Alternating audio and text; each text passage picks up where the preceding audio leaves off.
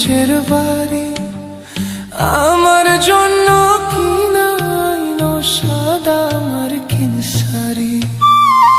আমি যেদিন যাইব মুর্শিদ আমার নিজের বাড়ি, আমার জন্য কিনাইনো সাদা মার্কিন শাড়ি।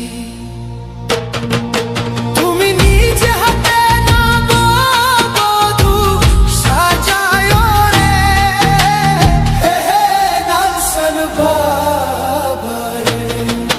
তুমি ধীরে ধীরে ফিরে ফিরে যায় রে।